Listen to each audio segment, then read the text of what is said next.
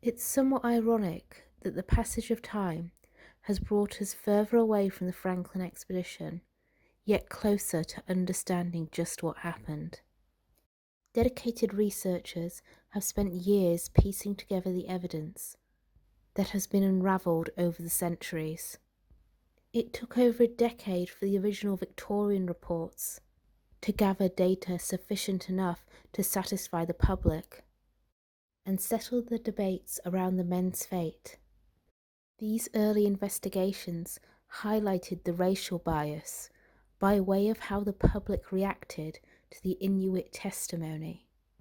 It also shook the public's confidence in the naval administration and left Britain with a collective sense of grief from the loss of men and the failure of a mission that seemed so perfect.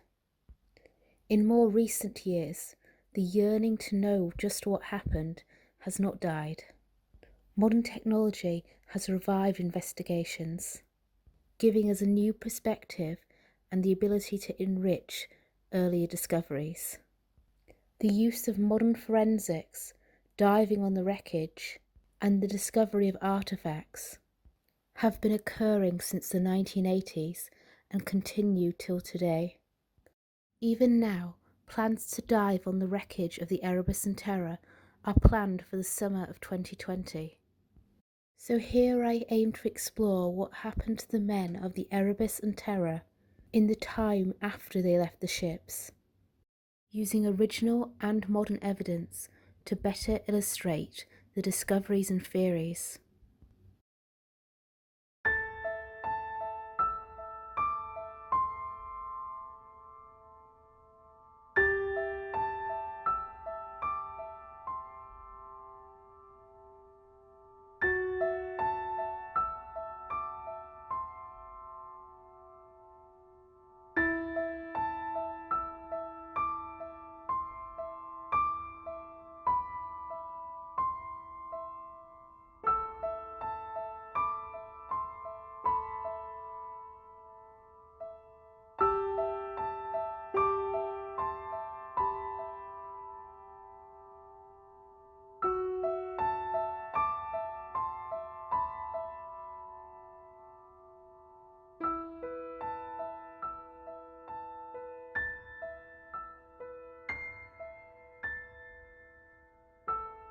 An extract from McClintock's journal.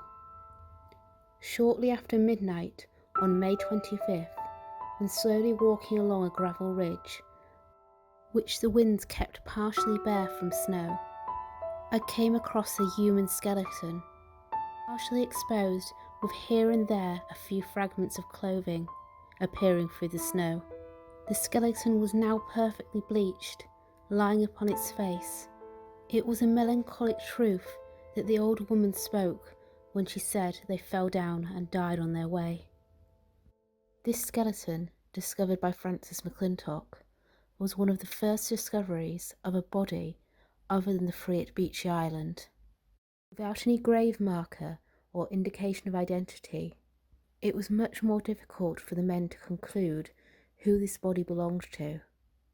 However, this skeleton was significant for a number of reasons, significant of which became known as the Pelger Papers. Safely tucked away in the jacket of the skeleton and further protected by a leather diary, McClintock's rescue party found a collection of papers and diary entries. These collections of writings were written by one Henry Pegler, a petty officer on board the HMS Terror, more accurately, captain of the foretop. Aged 37 by the time the Erebus and Terror left England, he was a well-experienced sailor and highly educated. However, when these notes were discovered, they were a cause of confusion for McClintock and his crew.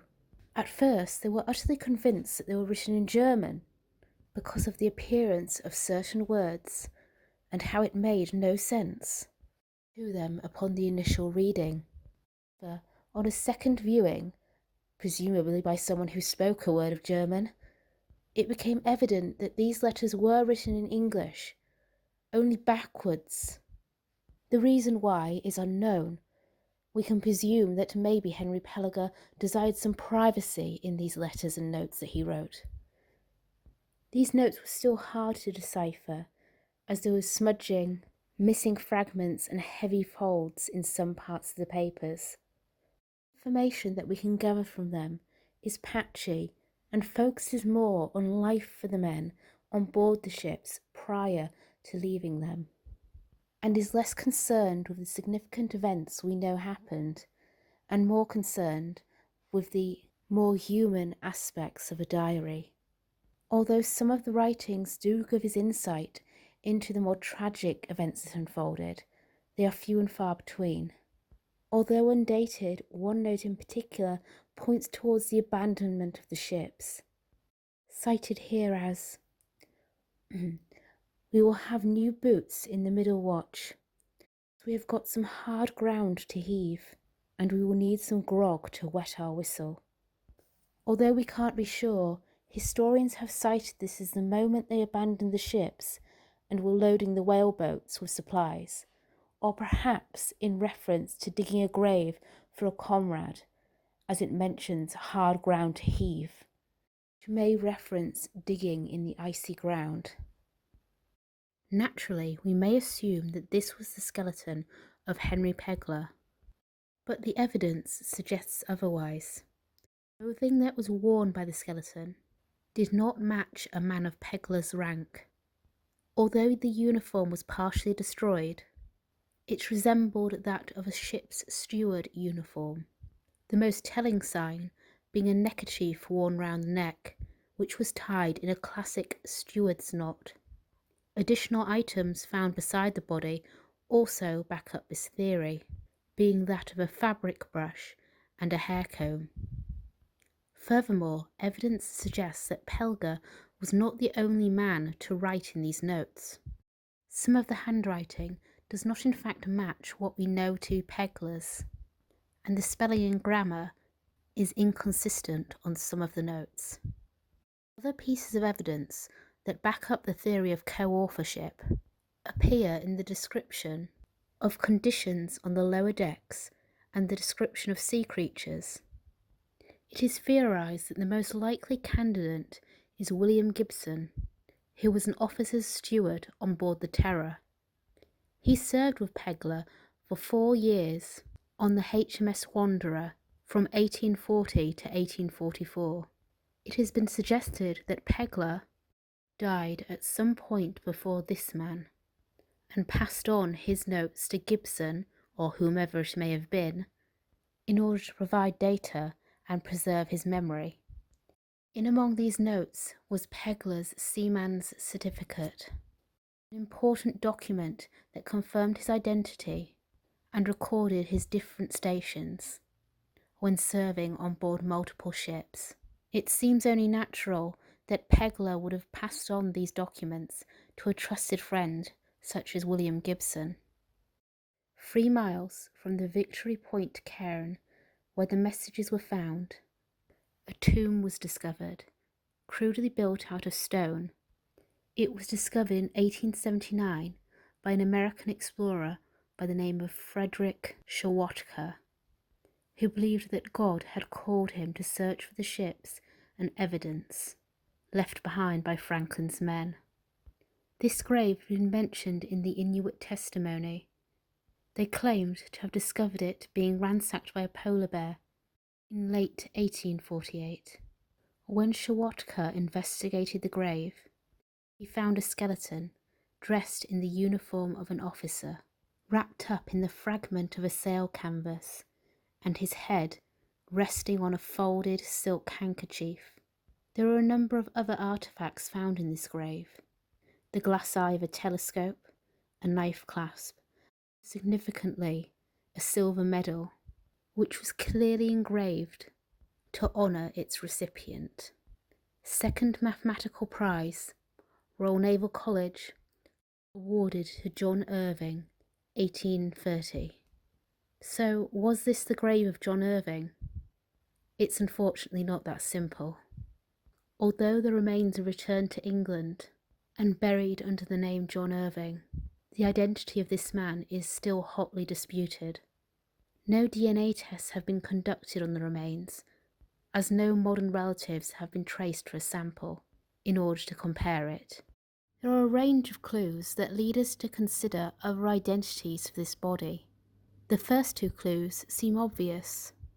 If we consider the date and the notes in the Victory Point cairn, already another candidate emerges, that being Graham Gore. At the time of the Victory Point note, the officers see fit to name Gore rather than simply leaving him a number among the others. It suggests that Graham Gore was recently deceased, therefore leading some to assume that he may well be the body in the tomb. However, there is also a more striking theory. Some believe that this could indeed be the grave of John Franklin himself. These people believe that when John Franklin died, his body was taken to the nearest point near the land, so a proper grave could be constructed to fit an officer of his rank. It would also explain why Irving may have left his medal as tribute to their fallen captain. The final piece of evidence also lends credit to this theory. Beside the stones was found what resembled a flagpole. To many, a stone tomb with a flag flying beside it suggests that a noble officer may well have been buried there and been given a funeral befitting his rank. If any of these theories are true, it wouldn't be the first case of mistaken identity among the few remaining skeletons of Franklin's men.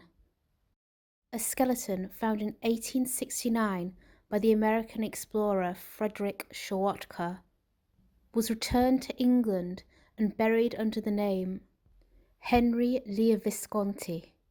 Identity was assumed by way of age estimate, his rough build, and a golden tooth in the premolar. However, 100 years later, this identification was to be proven wrong. During reconstruction of the Franklin Memorial, this skeleton was also removed for scientific analysis. A facial reconstruction was performed, the result of which bore a striking resemblance to Henry Goodsir, a surgeon and natural scientist who was serving on the ships. The tooth enamel of the skull was consistent with an individual who grew up in Scotland, whereas Visconti grew up in southwest England. And finally, the golden tooth was consistent with dental work we know that Goodsir received. The procedure was performed by a friend of Goodsir's brother, whom the brother had worked as a dental apprentice for. However, even with all this evidence, a direct confirmation via DNA testing has yet to be achieved, due to the lack of confirmed DNA relatives.